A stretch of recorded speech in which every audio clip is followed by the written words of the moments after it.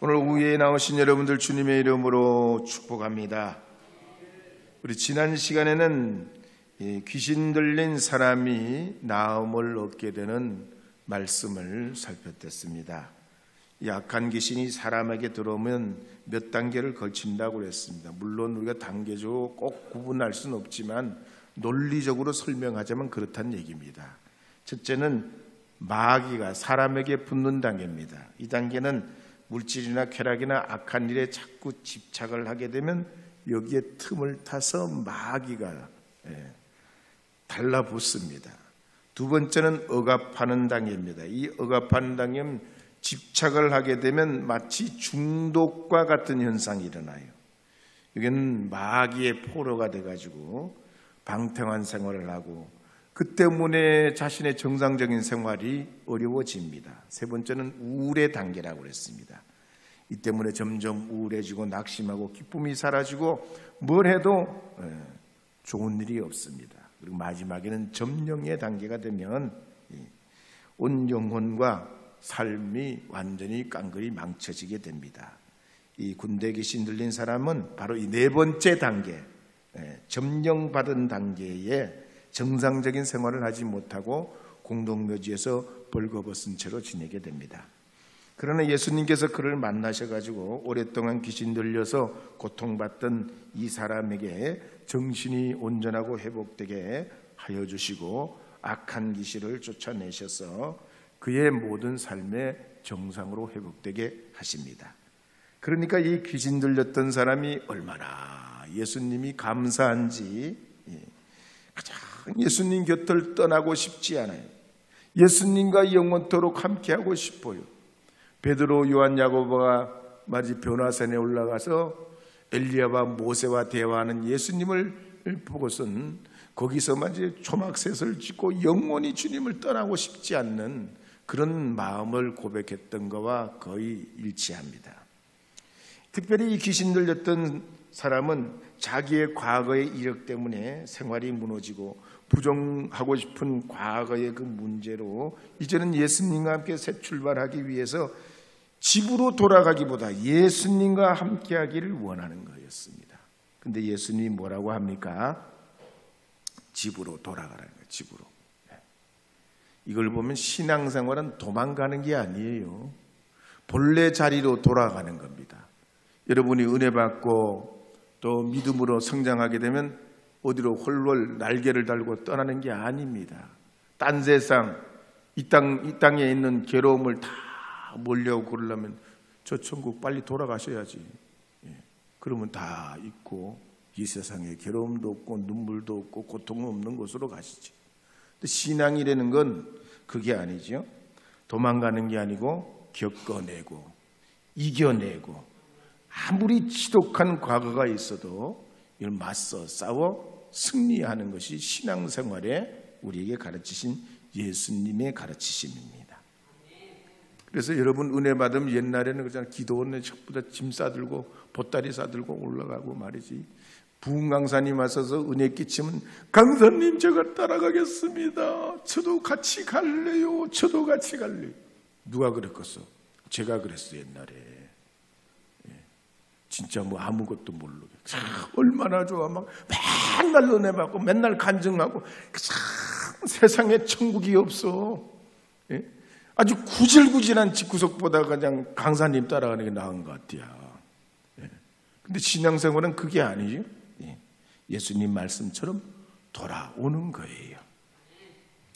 2004년도 시드니 올림픽에 다이빙 선수로 나가서 금메달을 딴 미국의 로라 윌키슨도 2004년에 아테네 올림픽을 앞두고 있다가 큰 부상을 입어가지고 나갈 수 없게 됐습니다. 그런데 빌립보서 4장 13절 말씀, 내게 능력 주시는 자 안에서 내가 모든 것을 할 수 있느니라. 이 말씀을 묵상하고 용기를 얻어서 결국은 아테네 올림픽에서 금메달을 땁니다. 자기 삶의 자리로 돌아가는 정상적인 신앙과 정상적인 삶의 자세를 가진 사람은 떠나는 게 아니에요. 자기의 본래 자리로 돌아오는 거예요. 자기 본래 자리로. 여러분도 은혜 받고 하나님의 능력과 지혜를 얻으시면 여러분의 삶의 자리에서 위대한 승리를 이루시는 하나님의 사람들이 되시기를 주의 이름으로 축복합니다. 내 손을 주께 높이 듭니다. 복음성가 69장인데 함께 불러보겠습니다. 69장.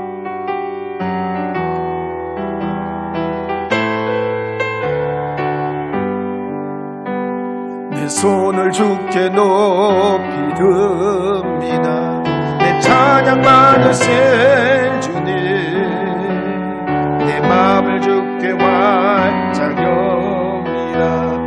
내 찬양 받으실 주님, 슬픔 내심 미나그 내 대신 가난은 근심 대신 찬송의 옷을 주셨네. 예수님께서 이제 거라사인의 지방에서 군대 대신 들린 사람을 고쳐주셨지만 이 거라사 사람들은 예수님을 배척했다고 그랬습니다. 떠나가시기를 자꾸 광고하고 예수님이 그 지역에 계시는 걸 싫어했어요. 왜? 이 귀신 들렸던 사람이 귀신이 떠나서 돼지 2,000마리에 들어가니까 이 돼지 2,000마리가 물속에 들어가서 다 죽어 자빠지니까 내 재산이 손해난다. 앞으로 예수님 계속 우리 지역에 계시다가는 너도 망하고 나도 망하고 다 우리 망하게 생겼다. 그러니 어서 예수님 떠나가시게 해야 된다. 이런 논리였어요. 근데 여러분, 예수님이 진짜로 우리를 망하게 하실까요? 되게 하시지. 우선은 말이죠, 수술하고 말이죠, 그럴 때는 아프고 견디기 어렵고 그렇지만 수술을 받아야 돼요, 안 받아야 돼요?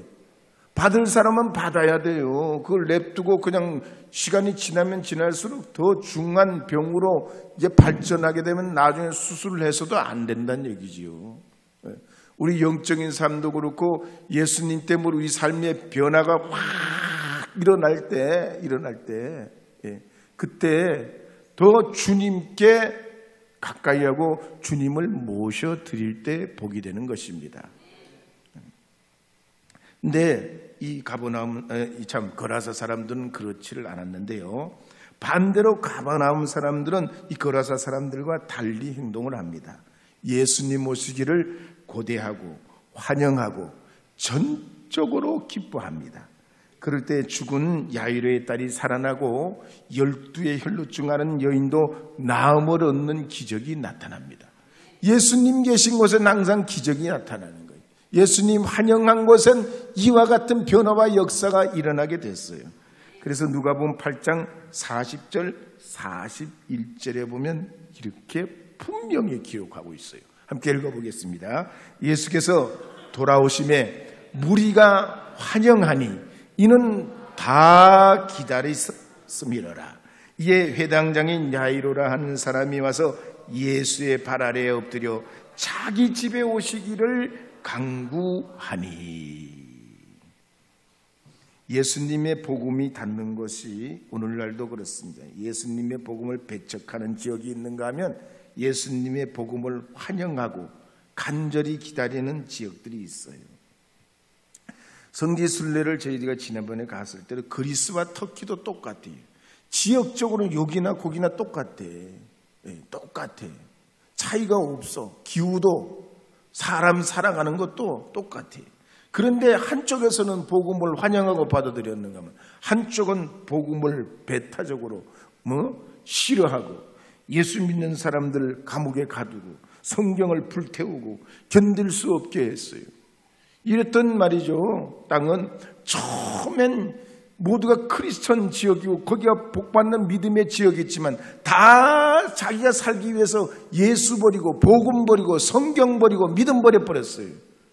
이 땅이 어떻게 됐어요? 분위기가 완전히 달라요. 터키 지역에 가면 진짜 자연 환경은 좋은데 정신적으로 영적으로는 진짜 우울해요. 이상하게 박지가 못해. 선입견이 아니에요. 근데 그리스도 마찬가지. 그리스도 넘어가면 분명히 그리스도 무슨 우리나라보다 잘 지금은 경제적으로도 어려워요. 그런데도 이 그리스도 지역에 가면 온화해. 편안해. 하나님의 은혜가 곳곳에 묻어나 지금도 예배하고 믿는 믿음의 사람들을 환영해 축복해줘요. 그래서 세계 선교단체에서 이걸 연구해 봤습니다. 지구 위도를 중심으로 북위 40도와 10도 사이에 있는 지역에 미전도 종족이 90%나 돼요. 북위 40도에서 10도 사이에 안 믿는 사람들이 무지 많아요. 여기에 이슬람교, 힌두교, 불교, 유교가 찌들어져 있어. 지구 동그란 지구에 북위 40도, 10도 사이에 있는 나라들이 말이에요. 근데 기가 막힌 건 뭐냐? 우리나라도 거기에 들어가 있는데 우리는 안 그래. 할렐루야. 왜 그렇겠어요? 우리나라가 그 중에서 복음률이 제일 높아. 할렐루야. 껍데기 신자가 있다고 뭐 형식적인 신자가 있든 없든 어쨌든 우리는 말이죠. 교회가 서 있고 곳곳에마다 복음이 있고 주일이면 예배가 열리고 이렇게 찬양도 하고 할렐루야도 하고 아멘도 하고 이런 말의 분위기가 아무 때나 되냐면 절대로 안 돼요. 그런데 하나님이 은혜로 우리를 주님 믿는 믿음을 이 나라 인민족에게 주셔가지고 140년, 지금 딱 140년이 됐잖아요. 선교한 지 140년, 이 140년 역사에 열매를 얻게 하셔가지고 이 북위 40도에서 10도 사이에 이 대한민국이 절대적인 축복을 받은 거예요. 할렐루야, 아멘. 과거에 서울대 국어국문학과 교수로 있다 지금 이후에 네팔 선교사로 지내다가 지금은 주님 나라에 가신 김석연 교수라는 분이 계세요. 여자분이에요. 이분 본래 본명이 김정숙이요. 김정숙. 근데 왜 이름을 바꿨을까요? 김정숙 그러니까 죄송한 얘기지만 김일성 마누라가 김정숙이잖아. 그래가지고 이분 세대에서는 김정숙 그럼 굉장히 기분 나빴어요. 그래서 어쩔 수 없이 이분이 김정숙에서 김석연으로 이름을 바꿨어요. 어쨌든 이분은 미국 뉴욕의 주립대학을 이제 나왔는데 논문을 쓸 때 그랬대요. 논문을 써야 박사학위를 받지. 논문 패스를 해야 돼. 마지막에 논문 패스를 해야 되는데 도저히 이걸 어떻게 전개해야 되는지 맥이 안 잡혀. 그래가지고 한 번은 작정을 하고 하나님 앞에 기도했습니다. 하나님 제가 논문 마지막 쓰고 이걸 마무리해야 되는데 도저히 이게 맥이 잡히잖아요. 어떻게 해야 될지 몰라요. 그렇다고 남의 책 뺏겨오면 어떻게 돼? 뺏겨오면 그거 안 되는 거잖아. 안 돼. 당연히 안 되는 거지. 그러니까 고민하면서 하나님 앞에 밤을 새워서 기도하는데 새벽녘쯤 됐을 때 갑자기 눈앞에 파란 하늘이 쫙 펼쳐지더래요. 그러면서 멀리서 하얀 선이 점점 더 가까이 오는데 그 하얀 선이 점점 굵어지더래. 자세히 보니까 두루마리요. 근데 이 두루마리가 위에서부터 아래로 쫙 펴지는 족자처럼 생겼는데 거기에 4글자가 딱 써져 있더래요. 그 4글자가 뭐냐면 훈민정음 이렇게 써져 있어요. 기가 막히지. 그래가지고 이분이 2번 고민 안 하고 훈민정음을 가지고 논문을 써가지고 박사가 됐어요. 할렐루야. 그래서 뉴욕 주립대 교수로 있다가 네팔 선교로 살아갔다가 다시 미국으로 돌아가서 나중에는 주님 나라에 들어가셨는데 그래요. 저도 그렇고 아마 여러분도 그러실 거예요. 저도 그냥 하나님 앞에 공부하고 목회하고 막 그럴 때 물질 없고 뭐 준비 안 되고 어려움 있을 때 예수님 환영해서 주님이면 됩니다. 주님이면 아멘입니다. 주님 한 분이면 오케이입니다. 뭔 믿고? 예수님 믿고. 그랬더니 주님 말이죠. 가장 행복하고 복된 시간 주시고 학기마다 장학금 받게 하시고 아멘 안 해도 상관없어요. 성적은 오래 받고 안 믿어도 상관없어요.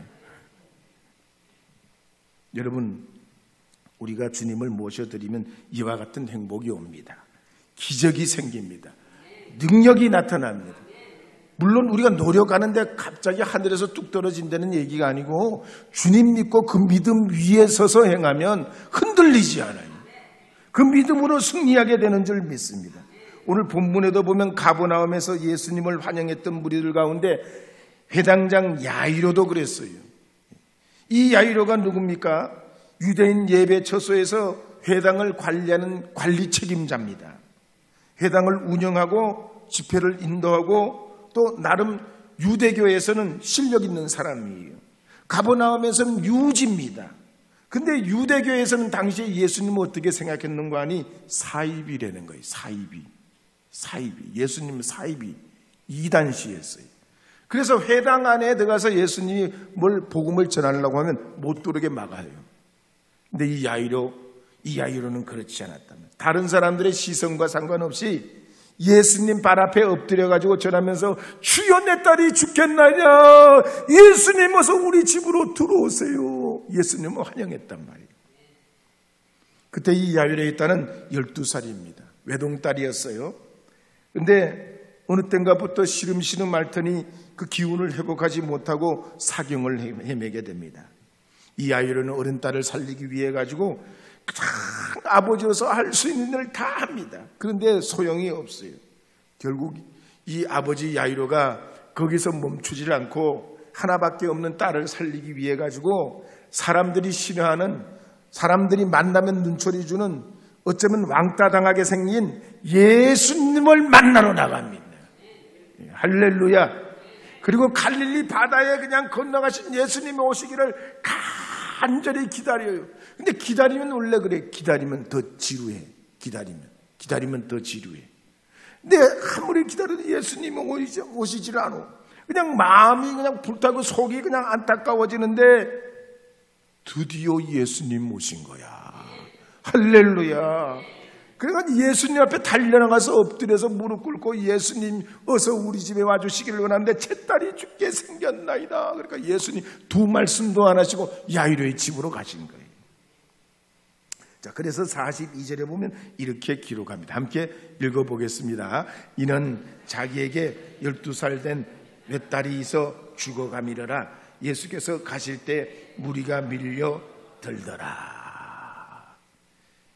자, 예수님이 야이로의 집에 가시게 되는데 예수님 빨리 한시라도 가셔야 되는데 빨리 가실 수가 없어요. 왜 그렇습니까?